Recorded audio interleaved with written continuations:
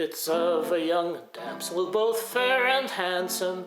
These lines are true as I've been told. On the banks of Shannon in a lofty mansion, her parents claimed great stores of gold. Her hair was black as a raven's feather, her form and features dissemble who can. There was a young fellow who worked on the station. She fell in love with that servant man. As Marianne and her love were walking, her father heard them and nearer drew. As these two lovers were sweetly talking, in anger home her father flew. To build a dungeon was his intention, to part true lovers he contrived a plan.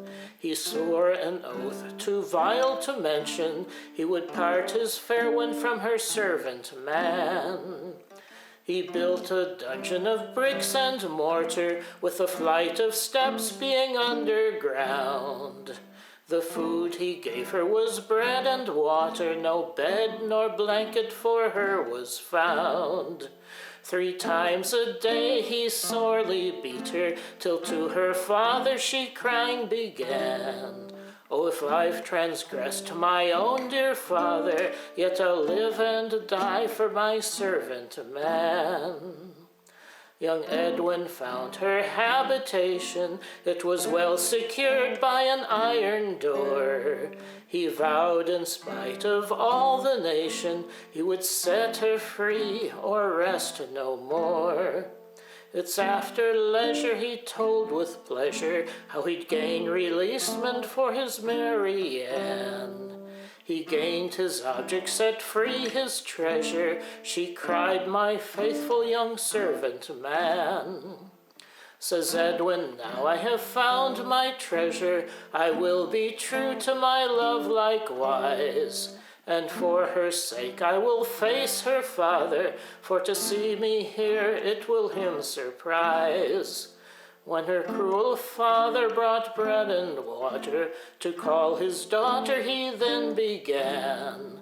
Said Edwin, enter, I've freed your daughter, and I will suffer your servant man.